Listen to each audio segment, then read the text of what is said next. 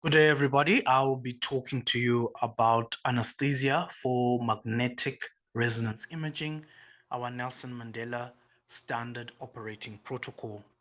So the outline of this presentation is that I'll start with the introduction. I will look at the MRI suite that I'll take you through what it looks like. Then we'll talk about the challenges of running or giving anesthesia in the MRI suite, the recommendations that are there in literature, the techniques that one can use, emergencies during MRI imaging. We'll look at recovery and then finally the conclusion. So magnetic resonance imaging was produced through the works of Dr. Raymond Damadian and his team in the late 20th century. So it's quite something quite recent. And when it came to the fore, it was quite interesting in that one could now be able to visualize soft tissues in the body without actually making an incision. Of course, CT scan was already present, but this was a superior method of assessing tissues in the body. So as to how MRI works, I'm not going to go into the physics, but generally it's a magnet, a superconducting magnet that is used that affects hydrogen ions in the body and causes them to be aligned, and that interaction between the field and the hydrogen ions then causes an image to be produced. So the MRI itself consists of a magnet, as I said. It also consists of a radio frequency coil, a gradient coil, and the patient table that you can see in front of you. And this patient table moves in and out as the patient is scanned. It's also important to note that the MRI suite is divided into different zones. So the different zones are from zone 1, zone 2, zone 3, and zone 4. Zone 1 is the area for general access where the public is. Zone 2 is where the patient is screened and prepared. Zone 3 is the control room, and zone 4 is the restricted area where the MRI scan is actually performed. So it's very important to understand these zones. So I will be taking you through this zone. So this is our MRI suite, which is found at level 4. And this is zone 1, where the reception area is. And if you go there, you will find Zinhle, who is our receptionist there. Very kind person. And then we move to zone 2, where the patient is prepared. It also serves as our recovery area. So we also get to put patient drips here if it's an adult patient, and we also recover patients here. That's the bed there, as you can see, where we recover patients, and there is a monitor there. There's also oxygen there for the patient. This is zone 2. And then we're going to move next to zone 3, which is the control room. So we're moving now to zone 3. This is where you find our radiographer there, one of our colleagues. This is where the machine is that is used to communicate with the MRI. And then this is zone 4, where the MRI scanner is. So other facilities that are there are change rooms. So it's just to take you through other facilities. There's a staff area where you can be able to have coffee, where you can warm your meals, and where you can clean your utensils, and where you can actually sit down and have a break and rest a little. There are also ablution facilities as well for the staff, and if you need to go to the bathroom, there are clean bathrooms that you can use there. So it's important to understand the setup of the MRI room. As we said, this is non-operating room anesthesia. So one of the big problems in working in those environments is not being acquainted with your working environment. So this is just giving you a quick review of the area.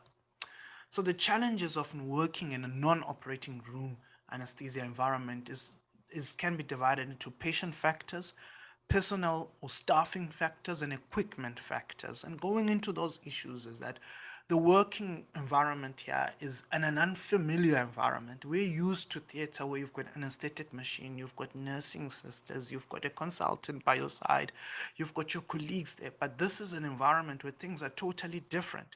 It's a closed place. Sometimes your anesthetic machine is squashed to one area and you have to squeeze through a certain area, and your tubing is longer, your airway equipment may not work as well, and because of the moving up and down of the patients during the scanning, tubes may be dislodged and may be misplaced.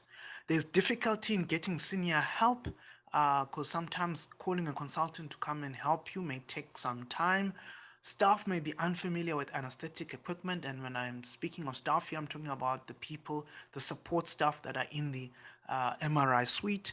Transportation of patients to and from MRI may be difficult, especially if the patient is intubated or coming from an ICU unit or high care.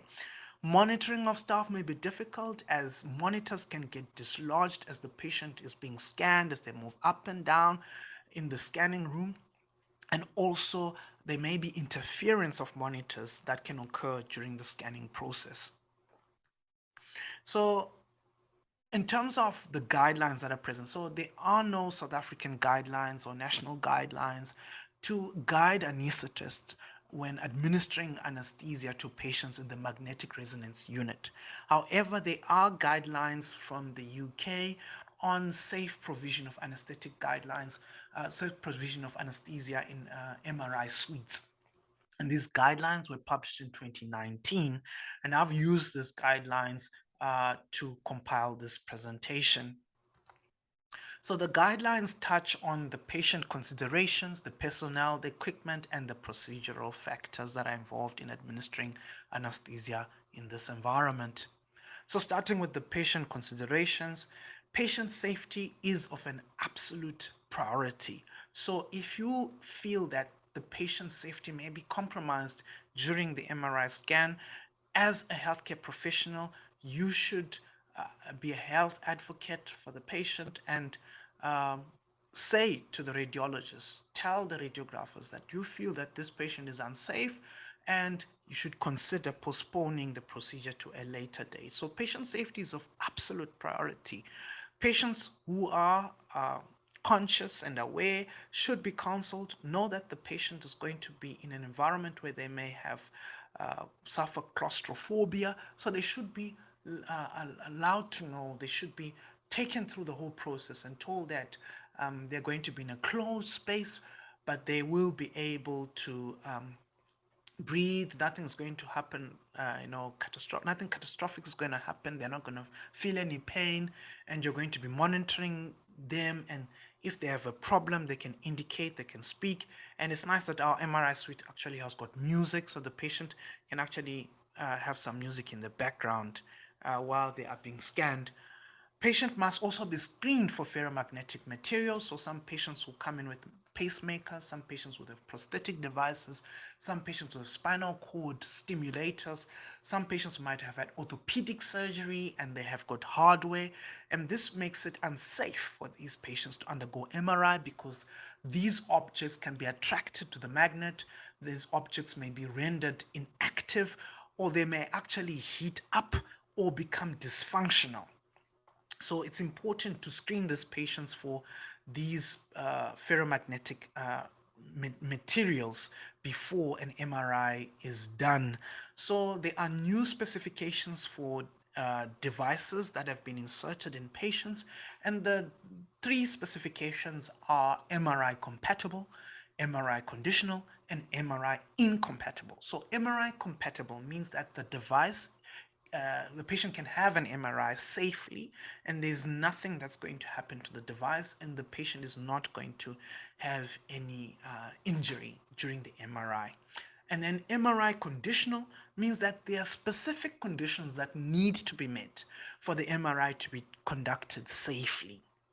And then MRI incompatible means that the patient cannot undergo an MRI safely. It will be a risk to the patient's life for them to undergo an MRI, or the device may be rendered inactive as a result of being exposed to magnetic radiation. Biohacking devices have also been noted to be rendered dysfunctional. Biohacking devices are not prevalent in South Africa, but they are mainly used abroad, and these devices are used for security measures. So can be implanted onto a finger, and they are used for access to certain high restricted areas. So if a patient with a bioactive device undergoes MRI, that device may be rendered dysfunctional, and when they go back to work, they may not be able to have access to certain areas because that device has become dysfunctional. Ear protection is of utmost importance. There is acoustic noise during the MRI scan, and if patients are exposed to more than 80 decibels, there is a risk that they can actually become deaf. And it's important to document in the notes that ear protection has been provided, because failure to do so can actually be a case for litigation. So pregnant patients, moving on to them, there is a cautionary statements in the guidelines, because there is a chance that teratogenic events can occur due to being exposed to MRI, and what they say is something related to the acoustic noise, and also the heating up of the body of the mother may put the fetus at risk. Pregnancy is not an absolute contraindication, but there is a cautionary statement. So if the MRI is not of absolute importance at that stage, one can consider postponing the MRI till the mother delivers, or maybe even a third trimester scan. And ICU patients can be difficult, especially as we mentioned that the oxygen cylinders are ferromagnetic, especially in our setup. So there will be a time where you will have to disconnect the patient from oxygen while you transfer them into the MRI suite, and that might put the patient at risk of having an apoxic episode. And also there's a risk that ET tubes can be dislodged, lines can be dislodged during the transport period. So these patients can be difficult, and the guidelines recommend that when ICU patients need to be transported to the MRI suite, it should only be done by trained personnel who understand how to take care of ICU patients. So, and who should be present in the MRI suite? So, the guidelines specify that a lead anesthetist, and this lead anesthetist should be a consultant. This consultant should be in charge of how things are run in the MRI suite. They should be able to supervise the trainees who are administering anesthesia in this setup. They don't need to be present all the time, but however, should an emergency arise, they should be within the vicinity or within the institution, and they should be able to respond timeously. So who should be giving the anesthetic? So it should be two doctors, a junior and a senior registrar, or junior and a senior MO, who are competent enough to deal with patients coming in for these procedures in a non-familiar environment. There should also be anesthetic assistants who are present, and they should be au fait with the anesthetic equipment, and they should be able to respond quickly if an emergency arises. Safety of staff is extremely important, so ferromagnetic devices should not be allowed to enter into the MRI scanning room, as these can become projectile objects that can hurt staff. And also, if the staff need to be present in the scanning room during the scan, they must be provided with ear protection to avoid them developing hearing impairment. Then in terms of equipment, all equipment that enters the MRI scanning room should be MRI compatible, including infusion pumps. So in our institution, we don't have MRI compatible infusion pumps, so we cannot use them. And even MRI compatible infusion pumps are quite rare, and most of them that are MRI compatible do not even have TCI function. So infusion pumps are not easy to use within the MRI suite, and actually they are difficult to come by, those that are MRI compatible. Then in terms of procedural factors, the procedures that are normally performed are either diagnostic and interventional. In our institution, they are largely diagnostic, and our main population that we are involved in with is the pediatric population and a few patients here and there, adult patients who cannot cooperate or other patients coming from the ICU, but largely it's the pediatric population.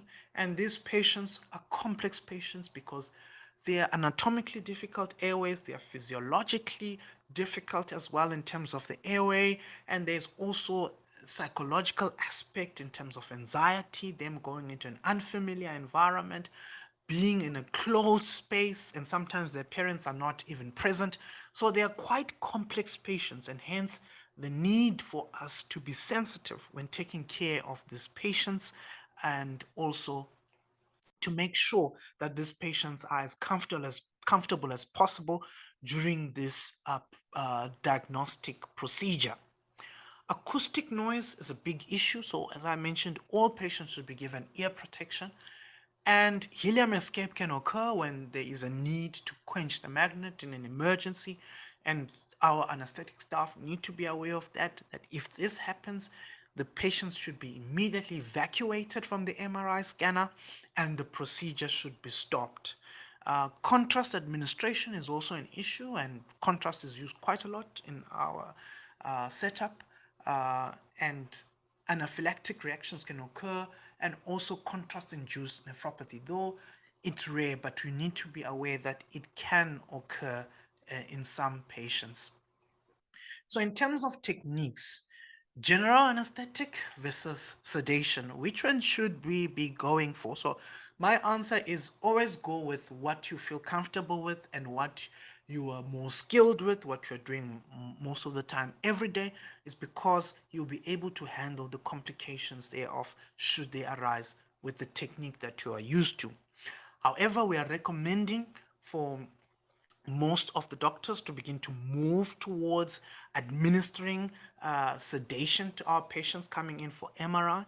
The reason being that use of sedation is popular because it avoids airway instrumentation. And as I said, we mainly are dealing with the pediatric population, and these patients are more at risk of developing peri-procedural respiratory adverse events like laryngospasm, hypoxic episodes, breath holding, and bronchospasm. So when you give them a sedative, you don't need to manipulate the airway. The least thing that we just do is we administer a nasal cannula with sideline capnography, and as long as the patient is comfortable, the patient will breathe on their own and they actually will not move.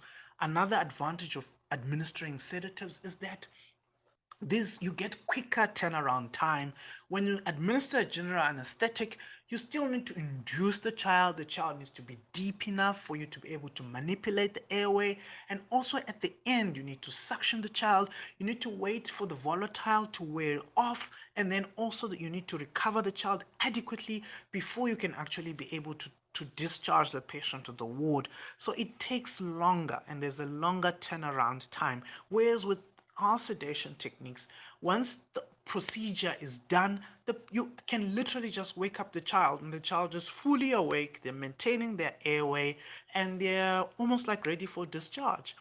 The other advantage of sedation is that there is now a popular thing in the anesthetic community of green anesthesia, which talks about reducing the carbon footprint. And we know anesthesia is an amazing specialty, but there's a lot of volatiles that are being released that are damaging the ozone layer.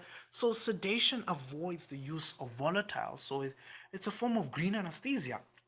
And another thing as well that we're finding, since the price of our sedative drugs has reduced, it actually is becoming quite attractive and is cheaper. So there's a lot of evidence at the moment in literature. If you're to Google and even go to Google Scholar, use PubMed, a lot of evidence is coming up. And there's this article that was published this year in the BMJ on dexmedetomidine improving the success in pediatric MRI sedation. So many people are beginning to opt for this type of method. And in this study, they compared the use of Precedex to the use of midazolam as compared to the use of chloral hydrate. And they found that dexmedetomidine was head and shoulders above all of these two techniques that were used. But why is dexmedetomidine very good for sedation is because it's an alpha 2 agonist, it has sedative properties, it has analgesic properties, it allows the patient to be asleep and comfortable, and while maintaining pharyngeal reflexes, the patient is able to breathe, the tidal volume is not reduced, and it causes minimal hemodynamic instability in children. Of course, in adults, when Precedex is given, there can be a bradycardia, there can be a change in hemodynamics, but in children, it's less pronounced because their sympathetic nervous system is not as developed as in the adult population, and these sedations are very good for them. So how do we actually do them? It's quite technical, but I'll just give you a little bit of how we actually do it. So it's quite easy, in fact. So we make sure that the patients have got IV lines. So we ask the doctors in pure PD to insert the IV lines, and the doctors are very nice. They insert them for us. When the patient comes in, we connect a flush line, we flush it, make sure that the line is working. We take the mother through the procedure, exactly what we're going to do, and we are very kind to the child. And once we get the child into the MRI scanner, we administer ketamine at 0.5 milligrams per kg, and then we give Precedex 1 mic per kg slowly, and we flush it in slowly. And before we do that, we attach a SATS probe, and that's the minimum that you need. If you attach a lot of things, they get quite agitated, and then that can be counterproductive. But the minimum you need is just a SATS probe. And then once they're asleep, you place them onto the bed, and then you attach your ECG monitor, you attach your nasal cannula with sideline capnography, and if the child is adequately sedated, they should be able to tolerate the nasal cannula. We run it at 1 to 2 liters per minute, nothing more than that, because if you run high flows, you're going to dry the airway mucosa, and that's not, and it's also going to become quite uncomfortable for the child. So we just run it at that rate, and we don't have any problems. It's important to see your ECG, your capnography, to see if the child is breathing, and also to be able to see your saturation. And in terms of mixing the drugs, so we take 1 ml of 100 milligrams of ketamine into 10 mils, we mix it, and we make 10 milligrams per ml stock solution. We also take 1 mil using an insulin syringe of dexmedetomidine and add it to 20 mils, and then we add 19 mils of saline to make a 5 mic per mil concentration. We weigh the child prior. It's very important to weigh the child on the day of the procedure, not to rely on what was recorded in the ward or a week before, because if you don't get the weight right, you will not be able to get this sedation technique right, because it's very reliant on the dose. If the weight is wrong, the dose calculation is wrong, the child is not going to sleep. The child is going to remain awake, and you're going to struggle to sedate the child. So you weigh the child, and you give them 1 mic per kg of Precedex and 0.5 milligrams per kg of ketamine. They do not get any secretions. They do not get any profound nystagmus.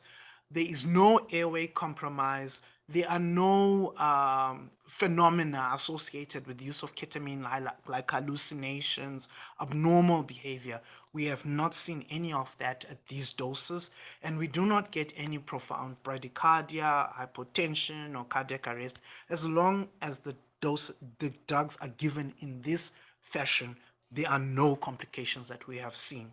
Obviously, I'm not trying to say there will never be complications, but generally there are no complications that we have observed. During the time of contrast administration, the child might move, so at that point we advise giving 0.5 mics per kg of Precedex, a top-up dose. It's still safe, so the maximum you can give, some people give 2 mics per kg of Precedex in literature, but generally we give 1 mic, and if the child moves, we give a 0.5 mic per kg of Precedex, and you just allow them to do the scan, and everything goes well. At the end of that, you take the child to recovery, attach a SATS probe. In fact, the child will be awake and rousable, and we send them off to POPD, where they are seen before they are sent home. The advantage of Precedex is that you can actually discharge the child that very day. So you can do day case procedural MRI. But this procedure does not work if you need to do abdominal MRIs. It works for brain, for spine, for lower limbs, pelvis, all of the other MRI procedures. It works well. But for abdominal MRI, they do not prefer this procedure, the radiographers, because they want the patient's diaphragm not to move. So then you will need to give a full-on general anesthetic. But we don't often get abdominal MRIs on a regular basis, maybe once a week or so, but generally it's brain and spine. So in terms of equipment, it's important. Even if you're going to do a sedation, you need to check your anesthetic machine. And if you are unfamiliar with the environment, you will struggle with this anesthetic machine. So we've got two anesthetic machines. We've got a dragger and we've got a pen-load NAFLD anesthetic machine. These anesthetic machines operate different from the ones in the operating theater, so one has to be orientated. I cannot go through how to switch on and all of that with these anesthetic machines, because this presentation will take very long, but we are welcome to show those how to use these anesthetic machines, and they can ask us for advice on how to do that. But it's important to check the equipment, go through your emails, make sure your equipment is there. Very important to draw emergency drugs. People are just drawing Precedex and ketamine, and they're forgetting the emergency drugs. And the emergency drug that's important for the pediatric population is adrenaline. That's the one we need. So when you're giving Precedex sedations, adrenaline is the drug that is your go-to drug in cases of bradycardia. That's your go-to drug. Please, not atropine. Adrenaline is your go-to drug. But ever since we've been doing this sedation, I have never needed to give any adrenaline, and I've never had any child who has decompensated. However, you must throw your emergency drugs. It's part of safe anesthetic practice. The other thing people often forget is suction.